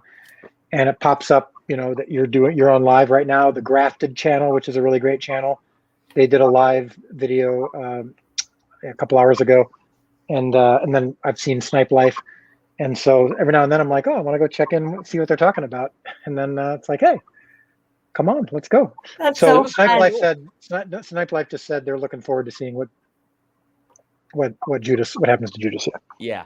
Mm-hmm. I made this mistake in talking with the Snipe Life. We might be thinking about, after season 2 is done, working on a episode ranking video, and I just went, I don't know how I'm going to do that. Right. Yeah. Who's the David who does Now Let's Talk About Movies? Yeah. He did a ranking. Earlier. Yeah. Oh, he was. Is it Let's Be Honest About Movies? Yeah. Yeah, he was in here when we started, and he dropped a comment. I haven't seen his name pop up, but he was in here a little bit earlier for sure. Yeah, sometime there should be some of the channels like yourself and Snipe Life and that can have a episode ranking and see where you line up. I think we could do that with Dallas Jenkins as our leader. We can unite and rank episodes. I think it's great. I think it's great that you guys are doing these things without me. Honestly, it's just fun. It's fun to watch as a viewer. Myself, I really enjoy some of the art that you guys are putting together. Yeah. Your channel, And it's how we decided to make the two of you, Chris and Chris, are kind of ambassadors / host / audience eyes and ears, is really appreciating the work you were doing. I mean, because it's work. I mean, it's an art, and you put a lot of thought into it.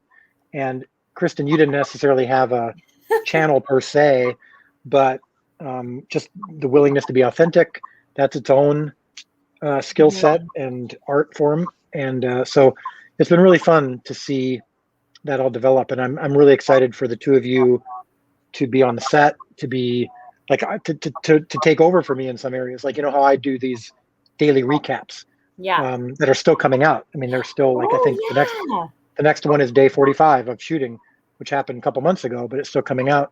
That's my dad. If you just want to say hi to my dad real quick. I think I could have figured that out. Yeah. I mean, well, same last name. It might be the hint. Yes. But yeah. Yes. Well, it is a compliment. But I've been doing those daily recaps. I finished the shooting at the end of the day, and then I talk through what we did for that day. And season 3, I'm not going to do that. You guys are going to do stuff like that. Whether it's weekly or whatever. But I think it's good for you to. For me to be answering questions or letting you guys show what you want to see and what fans want to see. So I'm not trying to guess, or I'm not trying to just share everything.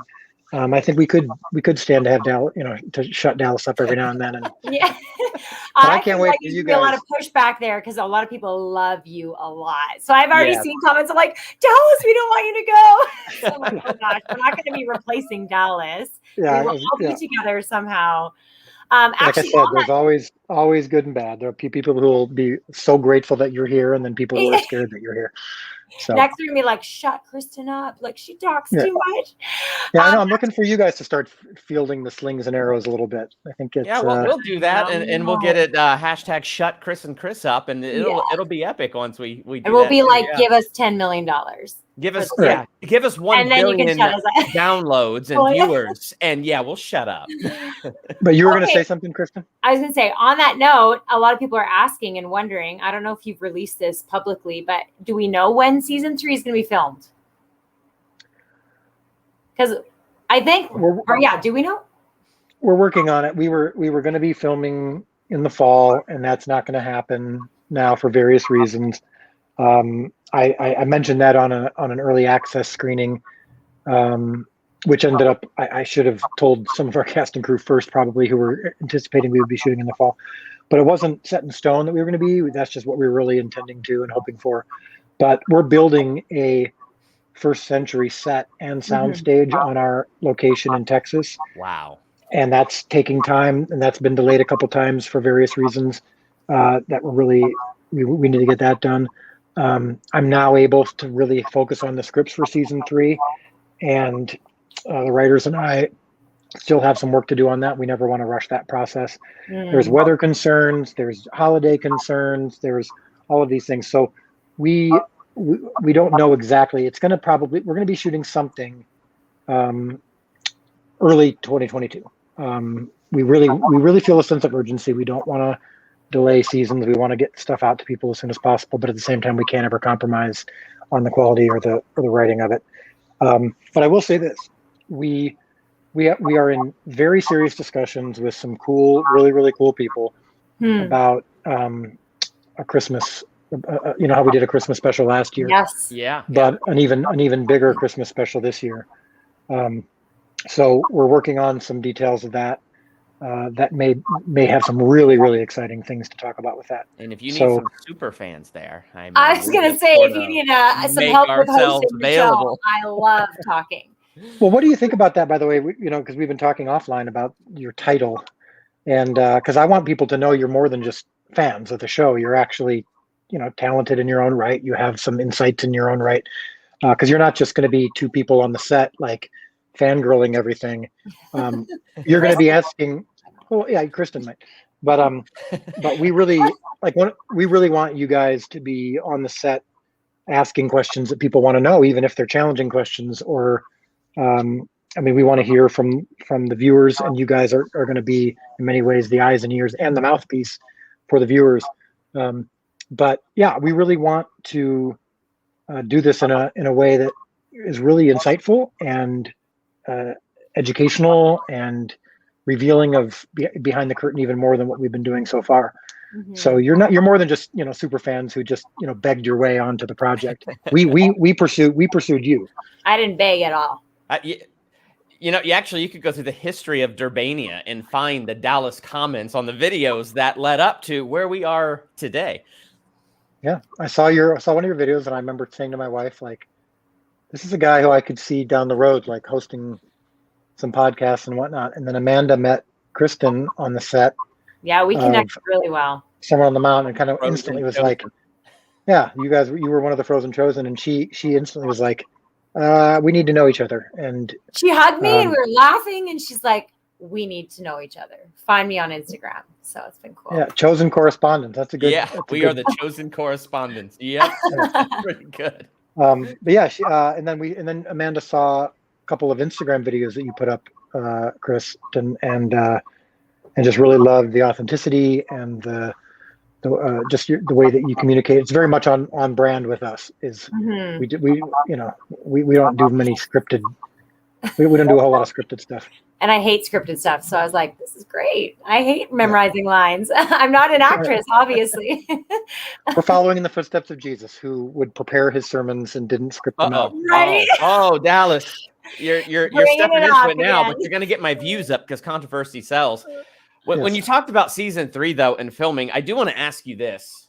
When you filmed season 2 and you were in Utah, you're in Texas, and half the time I am watching, your actors are doing a good job, but I could tell they're cold and I could see their breath.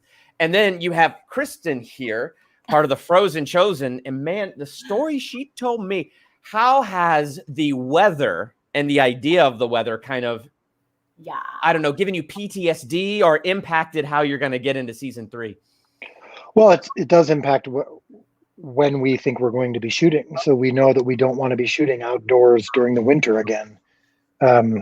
Texas just doesn't live up to its promise of stable winters. And so, and we also don't necessarily want to be shooting in Texas in the heat of August, which can be really brutal. So weather does impact our schedule for sure as we plan ahead, but that's why we also, we're building a soundstage on the property where we film, because we want to be able to, when necessary, be able to go to the stage to shoot something, as opposed to just being stuck, So what is a sound stage? Well, good question, chosen correspondent. I'm sure Chris knows this, but I don't know it. I do, but it's good that you asked. Right.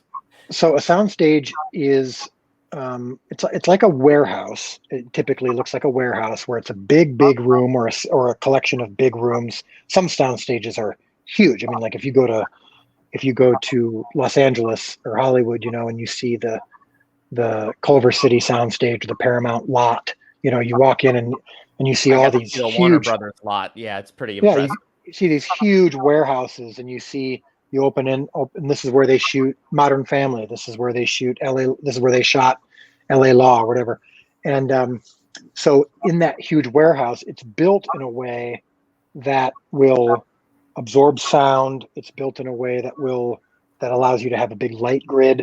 So you have a grid of metal that comes down from the ceiling, and you can hang lights on it wherever you want, and it lowers down, and then you can lift it back up.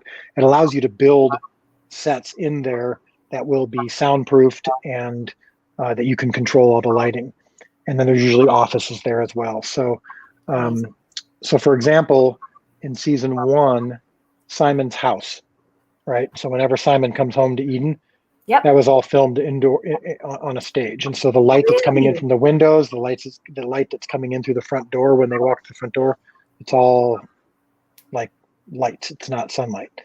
And it allows us we can then shoot all day instead of only being able to shoot when the sun's out in the afternoon. We can control all the elements in a soundstage. So what you're saying is you don't want to get caught in a winter snowstorm outside for 5 days. Yeah, we lost. Well, that was Parker says that won't happen for another 50 years at least. So yeah, well, we've been to Texas twice for The Chosen, and both times there were literally historic cold or historic snow. So we call it the Chosen curse, which affects us in many ways, but it certainly seems to be affecting the weather. So did you say that you lost $400,000? Is that what you said?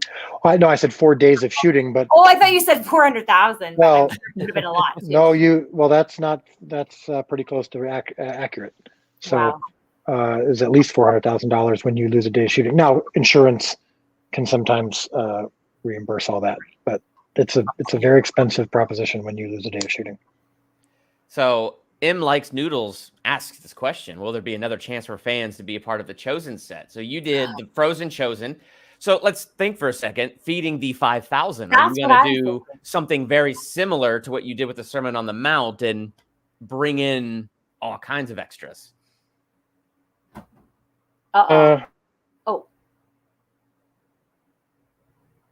He's kind of frozen. Dallas, you're frozen. Yeah, that's what they're saying. You're back. You're back. See, he was a Frozen Chosen. Now he's back. Yeah, I don't know why that is, because I'm actually getting good Wi-Fi. Sorry about that. It happens to the best of us. Yes. So, yes, the answer is yes. And I think I mentioned that. I thought I mentioned that in the episode 6 live stream. No, maybe that was off the air. But yeah, we're doing. It was off the air. We're gonna be doing the feeding of the 5,000 in season 3. So, yes. Durbania exclusive. That's pretty exciting. So exciting. That's really, really cool. Awesome. Yep. So, yeah, Yep. I'm going to have to be there. That will be amazing to see. I think you're going to be there. Yeah. So I think you're going to be there. M Likes Noodles. There's your opportunity to be there. So keep your eye out for that. And so that's your opportunity. There we go. There we have it. Any other questions for Dallas? Let's see here. Aaron Anderson has called me the Durbinator, so that's always pretty awesome. Is my favorite director there, Dallas? Yeah. She's busy. Yes, exactly. She's busy. She's packing. We're moving to Texas in. When are you moving? Are you telling the world that yet? When? Yeah, when? Yeah, when? Yeah, a week and a half. Yeah. Oh, nice. Awesome. If I lived closer, I'd help you, but I'm stuck in Canada right now. Yeah. We're not telling people where, but we're telling people when for sure. And, it's a week and a half, so it's crazy. So that's why life is crazy. Frozen Chosen. Oh, he's frozen again. It's the curse. It's the curse. He looks very dramatic with this frozen. I know. I like that. It's this dramatic pose. Somebody needs to screenshot that and make it black and white. And then we have Dallas working hard on the Chosen. Oh, there he's back. He's back. He's back. Oh man, I don't know what's going on here. That's all right, because this is as good a time as any to wrap it up. Oh, for you, Kristen, here's a great comment for you. Yes, Canada, represent. Day after Canada Day. It's a good time to represent. It's Canada Day long weekend. You guys call that what? Independence Day down there? Is that what you call Independence Day. For you, what are you celebrating it again? Oh, right, your country's birthday, right? So Dallas, we're all curious about that question. I will give you 3 choices. He's either 6'1", 6'4", or 5'3". Those 3. I'm going with the tallest option on that one. It's 6'3". No, 6'4". What is it, Dallas? Do we have to wait? Oh, he's frozen again. Oh, there he is. Did I freeze again? I don't think so. No, I think you're contemplating. He was just frozen in thought. I am 6'4". Yeah. 6'4". Okay. How short am I then? Because I don't think I come up to your shoulder.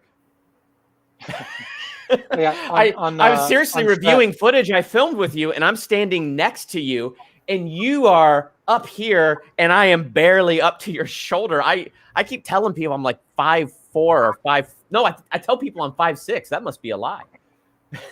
Yeah, they on set. They whenever I'm with the disciples and the actors playing the disciples, they refer to it as Gandalf and the Hobbits. Yes. They really do look like hobbits compared to you. Can you just tell us real quick before I answer this question, how short is the shortest disciple? Because I want to know how much of a height difference there is. I feel like it's either Thaddeus or Little James. would be the shorter ones? Yeah, I think it's little James because Jordan, who's got the disability, that or whatever you want to call it, the palsy, which makes him kind of hunched a little bit. So he's probably the shortest. And Giovanni, who plays Claudia, they're all perfectly sized. There's nothing. No, they're fine. I would just like to know how big of a difference there is. Okay, like which one looks the most like a hobbit when you're standing next to them? Someone wanted to see my shirt. There it is. I survived the Sermon on the Mount. On the back, hashtag the Frozen Chosen. I don't want to turn around. Thank you, Michael Clark, so much for that $2. Texas Thanks, Michael. is the place to be. That's awesome. Texas is the place to be. I figured this might be a good time to start wrapping things up and get into final thoughts of this review. So let's start with Kristen down to Dallas, and then I will close this out. So Kristen, final thoughts, your review of episode 7. Oh, I'm not ready. Dallas needs to go Okay, first. Dallas can go first. Okay. Final thoughts, your review of your own episode that you co-wrote and directed. Well, I'm very grateful for the response to episode 7 because, like I said, I wasn't sure about it. I liked the episode, and I know it was an important episode for the season, but I was thrilled to know that the audience seemed to be into it, so that was good. And just that it's very much a precursor to all that needs to take place in episode 8. And I just ask also that you continue to pray for us as we right now trying to really focus on the writing of season 3, my family moving to Texas. I've got 4 kids, 2 of whom are in the middle of middle school and the middle of high school. We're gonna have to go through all that. We're trying to plan for this fall and for Christmas for the show and all of that. So just a lot going on right now. We can always use prayer, but in the meantime, let's continue to spread the word about episode 8 in the season finale. Yep. But yeah, thanks for having me on. I'm just also grateful to you guys because I think we've got some fun stuff coming with you guys coming on board the team. Hey, Dallas, are you allowed to answer that question that's on the screen? So feeding the 5,000 will be the season 3 finale? I am not allowed to answer that question. Okay. But we got to try. We got to try. But you did get a Durbania exclusive. I did let the crowd at the live event in Dallas know off camera what was going on. But that's awesome. So good. So, Kristen, your final your thoughts. favorite director is my favorite director is there. Here. Amanda, show your face. Yeah. Just say hi to Kristen show your face? and Chris. Oh, hi guys. Hi. Hello, Amanda. How long are you gonna be? Oh, just like 3 minutes. Come up when you're done. Okay. We're done. We're almost done. Yeah. Happy wife, happy life. Yes. I love this one comment I just got here from Al. Closing already. We are at 1 hour and 52 minutes for this live stream. Yeah. And the fact that he's saying closing already, that's the greatest compliment.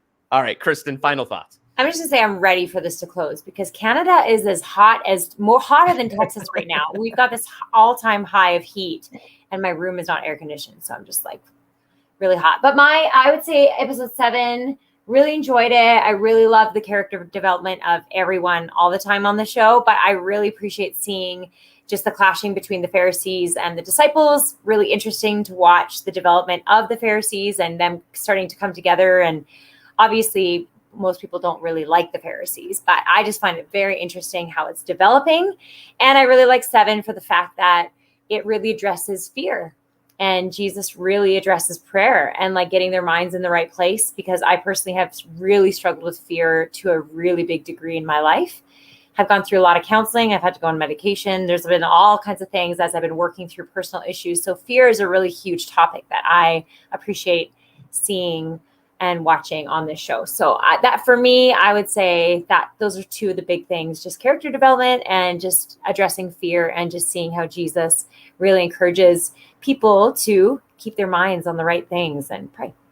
Yeah. Chris, over to you. Last one. Well, like I said, I mean, I know you do this not based on themes and things you want to teach, and you get into characters, how these characters react.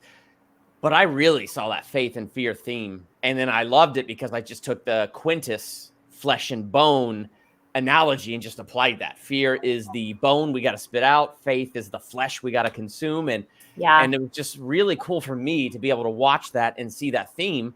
And then it closes with the Lord's Prayer. I mean, that was a brilliant ending, Dallas. Like Brilliant. And not just because like, oh, cool Bible moment, the Lord's Prayer, but that's the response to fear. That's the response that we should have to what all these guys were going through. We can't let fear shut us down. And then it leads to them asking, well, what do you say when you're out there in the field praying? So like, that's why to me, that ending works so well. And it was such a brilliant way to close that episode because it tied all of that up in that nice little bow for me. Yeah. And I will say quickly, the Lord's Prayer, I know some people were like, why didn't you show the whole Lord's Prayer? I wanted to see the whole thing. Bear in mind, you did see the whole thing in season 1. Remember, we showed you teaching it to the children. Yes, we did. And also, we'll show it again too. We want to show. We have ideas for future episode. You know, when Jesus sends the disciples out 2 by 2 to preach the word and to do some of the same miracles Jesus does, and they'll be teaching, you know, the Lord's Prayer. And so we're going to be seeing more examples of Lord's Prayer being used. So don't worry. We're not trying to just cut out Bible stuff. Awesome. So good. Well, on that note, Kristen, thank you for joining me on Durbania. And what a great day for you to join me on Durbania, right when the promo is dropped of the cool things you and I are going to do with The Chosen. So that is brilliant. And then Dallas, what an amazing surprise to have you hop on. Like, I'd be lying if I didn't say it's like I was hoping you would, but I'm so glad that you did. I'm so excited to have you on Durbania. Since we're here and I could put you on the spot and maybe make you sweat a little bit, I would love the idea of you coming on to pick one of the episode 3s, because you guys, this is interesting. Dallas writes the 3rd episode of each season. So I would love, Dallas, for you to pick your favorite episode 3 and then let's do an analysis on that on Durbania. I would love that so much one of these days.